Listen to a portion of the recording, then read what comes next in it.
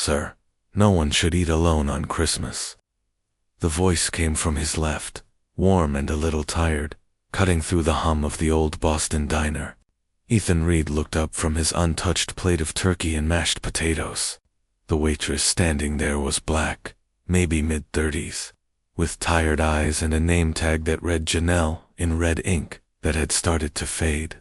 She held a coffee pot in one hand and a small order pad in the other, but what struck him most was the way she was really looking at him. Not at his Rolex, not at his coat, but at his face. He cleared his throat and tried to pull the wall back up around him. "I'm fine," he said. "Just wanted something hot before I head home." Janelle tilted her head, not buying it but not pushing either, and asked, "Top you off?" He nodded, and she poured the dark coffee, the smell of it mixing with the sharp scent of onions and grease and something sweet from the pie case. He had picked this place on purpose because it was the kind of diner that never closed and never asked questions. The kind with plastic menus and sugar packets on the table and a bell over the door that jingled every time someone came in from the cold. Here, no one called him Mr. Reed, no one cared about stock prices, and no one expected him to smile for a camera. Outside, Christmas Eve, snow fell in slow, lazy flakes over the quiet Boston street, sticking to cars and sidewalks and the dark wool of his coat that now hung on a hook by the door. Ethan wrapped his hands around the chipped coffee mug, letting the heat sink into his skin, trying not to think about the fancy party on the other side of town where his ex-wife and his 14-year-old daughter were probably standing in some picture-perfect living room without him, when his phone buzzed and lit up with a photo of his daughter next to a huge tree. He flipped it face down on the table. From the corner of his eye, he watched Janelle move up and down the line of booths with a kind of tired grace, refilling cups, dropping plates, trading small jokes with the regulars. She laughed, but he could see the way her shoulders drooped when she thought no one was looking, how her hand pressed against the small of her back for a second between tables. Once, when she passed the jukebox, he saw her glance toward the swinging kitchen door. A quick, worried look that made a knot form in his stomach. He took a bite of the turkey, which was dry, but at least it was hot. Somewhere behind the clatter of dishes, a small sound rose and fell, like a child trying hard to stay quiet and almost managing it. He tried to ignore it, but it tugged at him the way his daughter's unanswered texts did. A soft ache he could no longer drink away with burnt coffee, when the kitchen door swung a little wider as a busboy pushed through. Ethan caught a flash of color and movement that did not belong in a restaurant. Way in the back, on an upside-down milk crate near a stack of boxes, sat a little girl bundled in a too-thin pink jacket. She was black like Janelle, with braids tied in mismatched beads, and she was bent over a paper placemat, coloring with a single blue crayon. Every few seconds she looked up toward the door, as if waiting. Janelle slipped into the kitchen, and Ethan watched her crouch beside the girl, move a napkin-wrapped bundle from her apron into the child's hands, and brush crumbs from her cheek with a thumb. It was quick, practiced, and full of a love so plain it made his chest hurt. He thought of how long it had been since he wiped ketchup off his own daughter's face, and shame rose up like a wave. The moment broke when a man's harsh voice snapped through the air. "Janelle, what did I say about bringing that kid back here?" The manager, a heavy white man with a shiny red face and a stained tie, shoved through the door like a storm, the name Chuck hanging from his chest. The whole diner went a little quieter. Janelle straightened fast, moving in front of the crate as if her body could make her daughter invisible. "She's not bothering anyone, Mr. Chuck," she said, voice low but steady. "My sitter canceled. She's just coloring. I gave her half a grilled cheese we were going to throw out." Chuck stepped closer until he was in her face. "This isn't a shelter," he spat. "You want to drag your problems to work.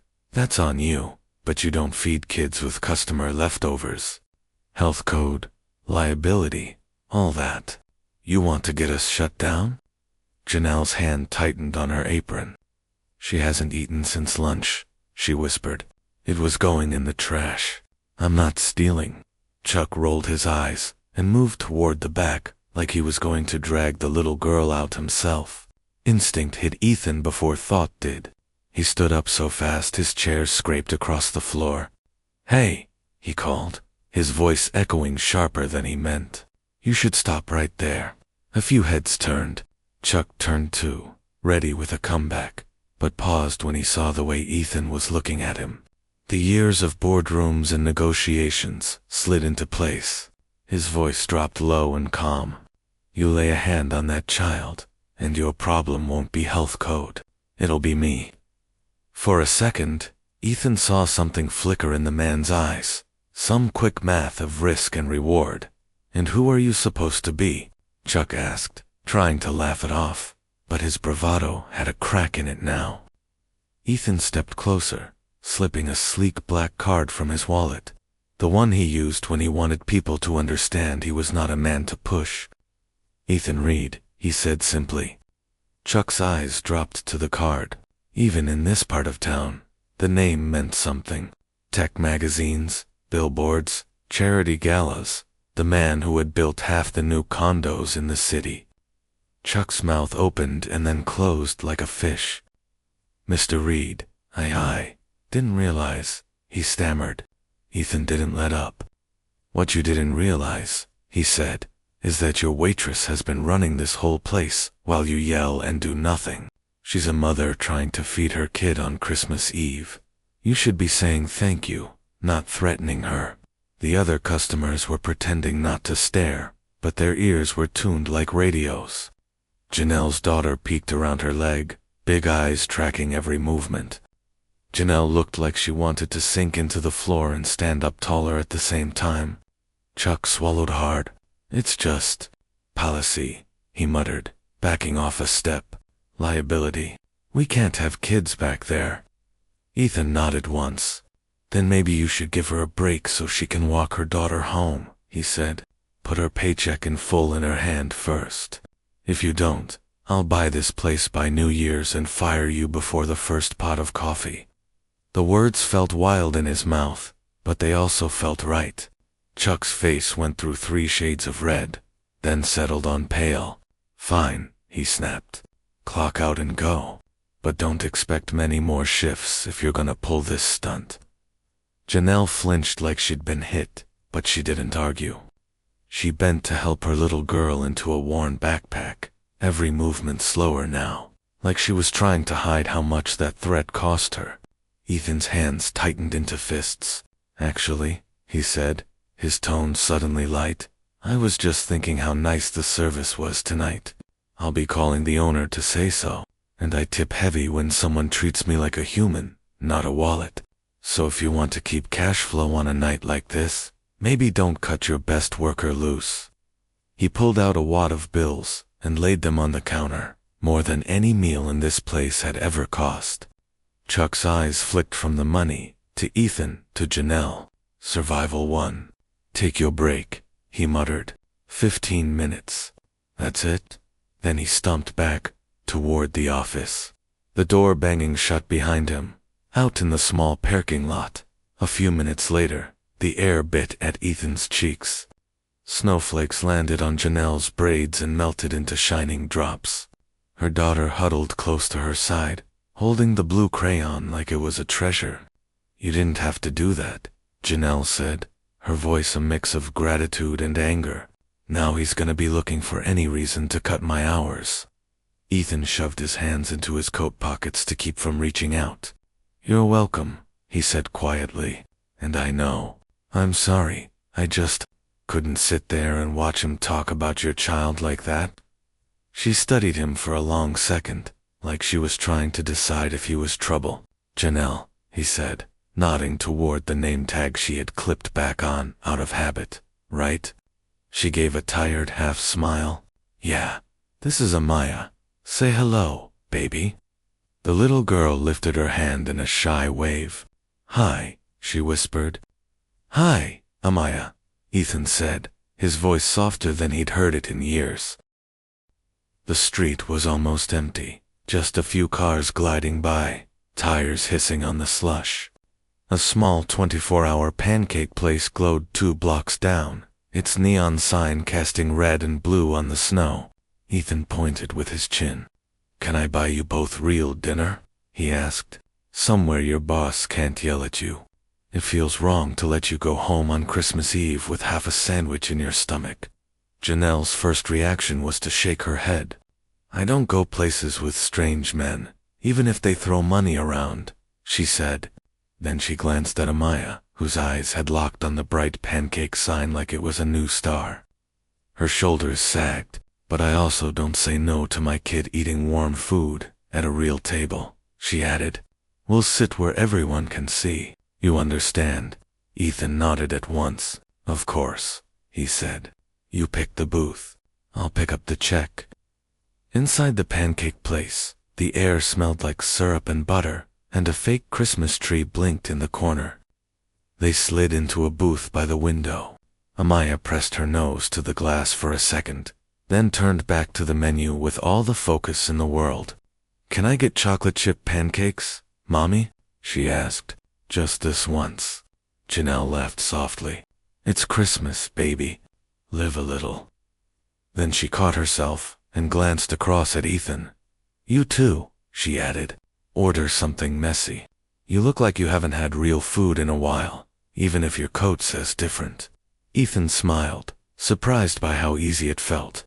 "You're not wrong," he said, and ordered a big plate of pancakes and eggs and extra bacon because it made Amaya cheer. For a while they ate in a kind of comfortable quiet, the clink of forks, little hums of delight from Amaya every time she found another chocolate chip, the simple music playing from an old speaker. Ethan watched Janelle cut up her daughter's food before taking a bite of her own. The way she kept one arm around the back of the booth, like she was always ready to pull Amaya closer if the world tried something. "So," Janelle said at last, not looking up, "Ethan Reed, huh? I've seen that name somewhere." His stomach tightened. He had hoped she hadn't noticed the card, or hadn't cared. Yeah," he admitted. I run a tech company. Real estate too. We build stuff. Apps, buildings, that kind of thing." Janelle snorted softly. "That's one way to put it," she said. "You build stuff? People like me try not to get crushed under it." He blinked. "What do you mean?" he asked. Janelle finally raised her eyes to his, and there was something new there now, something sharp and searching. "2 years ago," she said, "my building in Roxbury got bought by some fancy company. They raised the rent so high half of us had to leave. The clinic down the block closed right after, because most of its patients lost their homes. The letter on my door had your company's name at the top." She swallowed. "Read Urban Development. That you—" His fork froze halfway to his mouth. "Yeah," he said quietly. "That's me." A small silence fell heavy over the table. Amaya kept eating, only half aware. But Ethan felt like someone had just held up a mirror he had never asked for. "I tried to fight it," Janelle went on, words coming a little faster now that they had started. "I called the number, sat on hold, till my phone died. I wrote this long letter about my neighbors, the old lady downstairs, the kids on my floor. I said, please, whoever you are, don't do this, or at least, give us more time. You know what I got back?" She gave a humorless smile. "Nothing. Not a call, not a letter. Just a date we had to be out by." Ethan's throat burned. He saw the polished emails his staff used to send him with neat bullet points about units vacated ahead of schedule and strong returns for investors. And now each one had faces attached. "I didn't see your letter," he said, and it sounded weak even to his own ears. "I believe you," she said. "I also believe it landed on a desk close enough that you could have seen it if you'd been looking." For a moment he thought she might get up and leave, and he wouldn't have blamed her. Instead, she took a breath and looked at him like she was seeing if he could hold the weight of what she had just handed him. "You want to know something funny?" she asked. "When you stood up for me back there, All I could think was how weird life is. The man whose name was on the paper that got me kicked out of my home is now yelling at my jerk boss and buying my kid pancakes. She shook her head. That's some kind of joke. Ethan pushed his plate away, his appetite gone. I'm sorry, he said, the words feeling too small. If I could go back and... She cut him off with a small wave. You can't go back, she said. Neither can I. But you can look where you didn't look before. You can decide what kind of man you're gonna be, with all that power. That's on you. The words landed deeper than any board member's warning had ever done. Ethan sat there, watching syrup drip down the side of a stack of pancakes, and thought about all the Christmas Eves he had spent at fancy hotels, smiling at donors and talking about impact, while people like Janelle packed up their lives in cardboard boxes. I don't know if I can fix what I broke, he admitted, but I can start with you, with this. He looked at Amaya, who was now busy stacking the little cream cups into a tower. You shouldn't have to sneak your kid into a back room and give her scraps, he said. You shouldn't have a boss who thinks he can talk to you that way because you need the tips more than he needs your hours. Janelle watched him carefully. And what are you gonna do about that? She asked.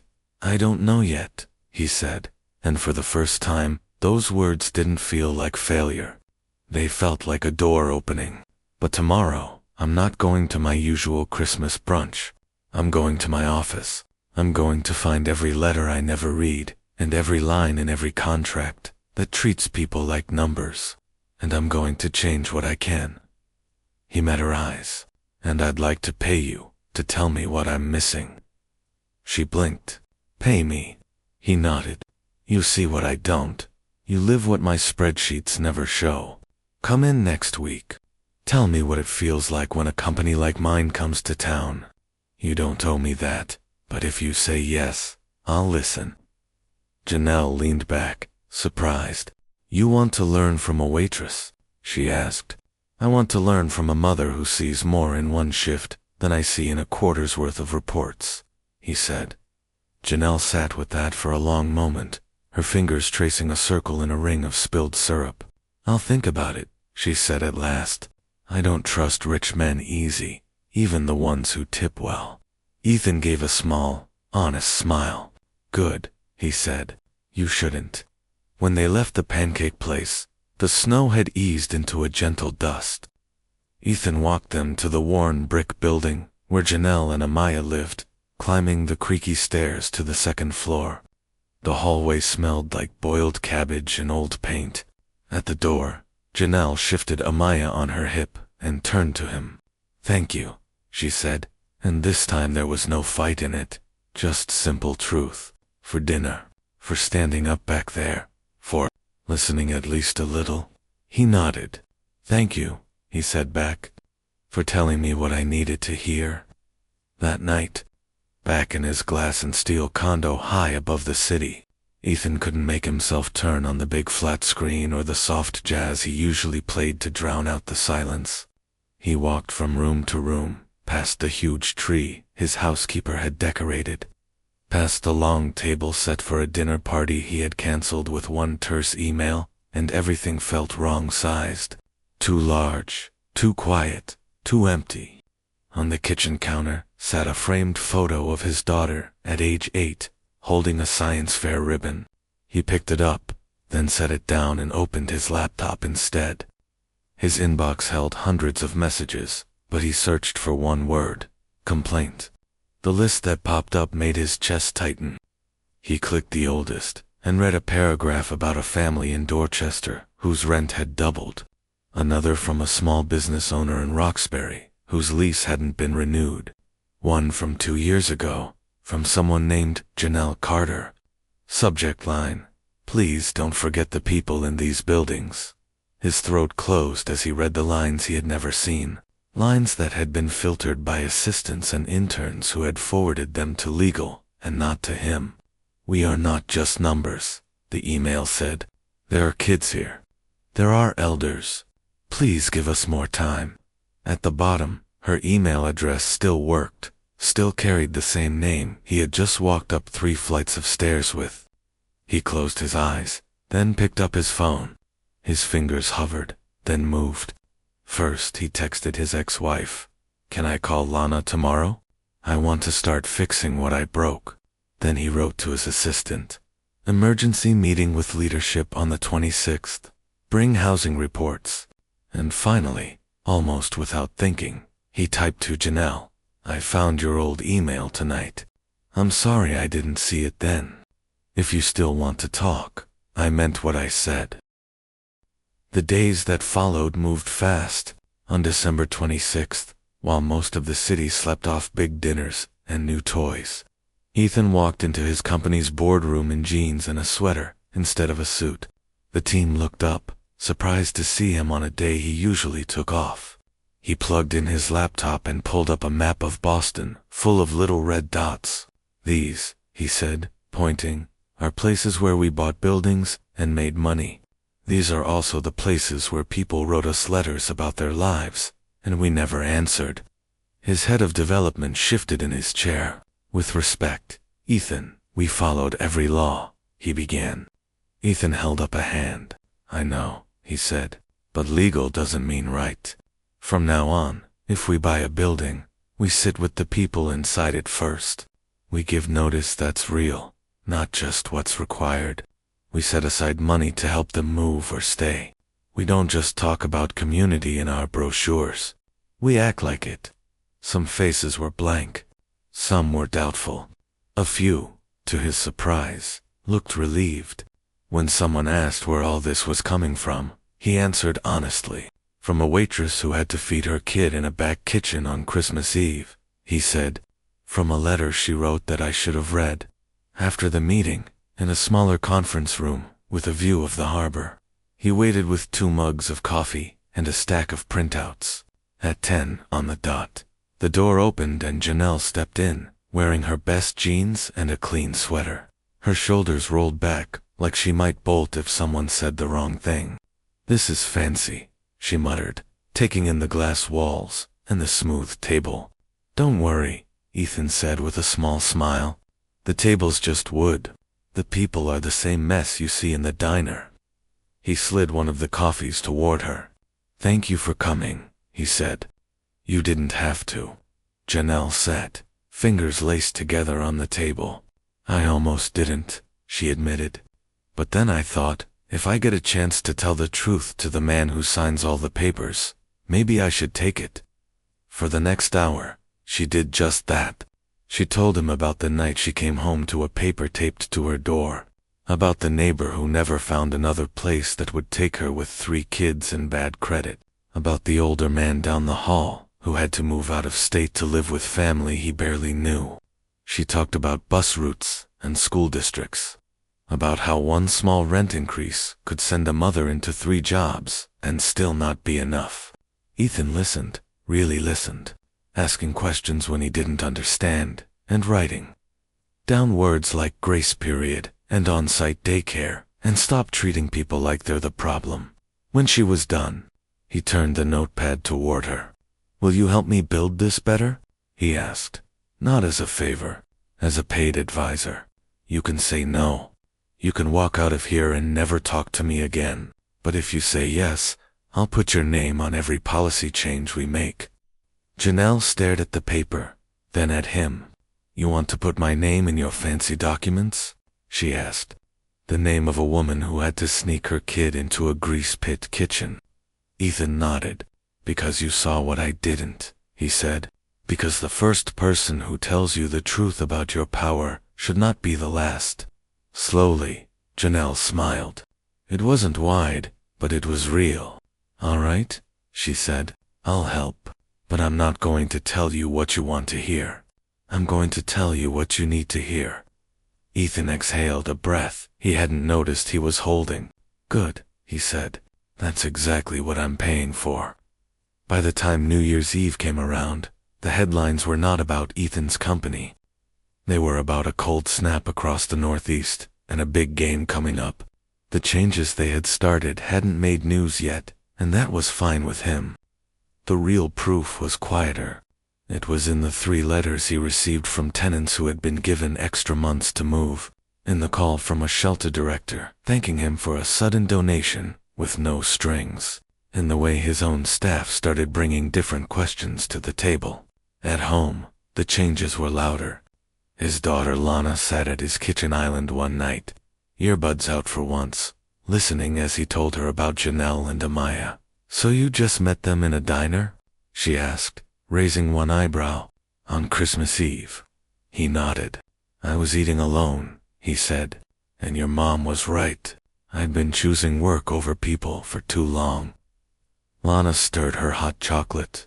"Are you dating her?" she asked, trying to sound bored and not quite pulling it off. Ethan chuckled softly. "We're figuring things out," he said, slowly, carefully. "But more than that, we're working together. She's helping me see the world you live in, not just the one I built." Lana nodded slowly. "Can I meet them sometime?" she asked. The question sat warm in his chest. "Only if you want to," he said. "I do," she replied, and took a sip, hiding the small smile behind her mug. Ethan thought of the girl who had once clung to his leg at preschool drop-off, and the teen now sitting across from him, giving him another chance without saying the words. And he silently promised not to waste it.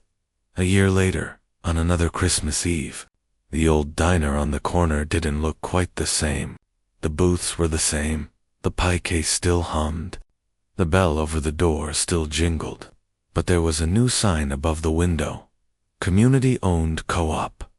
Chuck was long gone, and the place was now run by a small group of staff who each owned a share. Ethan had helped them buy it out quietly, signing papers behind the scenes, but the real work was theirs. On the wall by the register hung a photo of the staff in matching t-shirts, and right in the middle stood Janelle, laughing with her head back, one arm around Amaya, the other around a cook who had been there since the 70s. Ethan stepped inside, shaking snow from his coat, and the warmth of coffee and conversation wrapped around him like a blanket. "Look who finally made it," Janelle called from behind the counter, her smile both teasing and soft. She wore an apron with the new logo on it and a small gold necklace Ethan had given her that simply said Hope. Amaya, now 8 and a little taller, popped up from a booth where she'd been doing homework. "Mr. Ethan," she shouted, running over to hug his waist like she had done 100 times in the last year. "You're late. We already ate all the good fries." "Impossible," he said, ruffling her braids. "There is no such thing as a bad fry." Lana slid out of the same booth, waving with one hand while wiping ketchup off her other. "Hey Dad," she said, casual but full of something softer. "We saved you a seat." They all slid into the booth together, passing plates and stories. Janelle sat across from him, her eyes shining in the soft light. "Remember last year?" she asked quietly as Amaya and Lana argued playfully over a last onion ring. "You sitting back there, looking like the loneliest rich man in Boston." He laughed, a little embarrassed. "I remember you telling me no one should eat alone on Christmas," he said. "You were right." She reached across the table, lacing her fingers through his. "You listened," she said. "That's what changed everything." He squeezed her hand. It struck him then that the biggest change wasn't in his bank accounts or his buildings. It was in the way he had gone from eating alone to counting how many chairs they needed at every table. Later, as they stepped outside into the quiet street, snow falling soft again, like the year before, Ethan looked up at the sky and then at the 3 people beside him. Janelle leaned into his shoulder. Amaya held his hand on one side, Lana on the other. The windows of the diner glowed warm behind them, and somewhere down the block a church bell rang midnight. For a long second, he just stood there, feeling the weight and the lightness of the moment. He thought of the man he had been the first time he walked into that diner, and the man he was now, and how the distance between them had been crossed not by money, not by power, but by a simple act of kindness from a tired woman who saw a stranger and refused to let him stay invisible. He took a deep breath, his chest full and steady, and understood at last that real wealth is not what you keep in the bank, but who you choose to show up for. Because in the end, love is the only kind of riches that never runs out.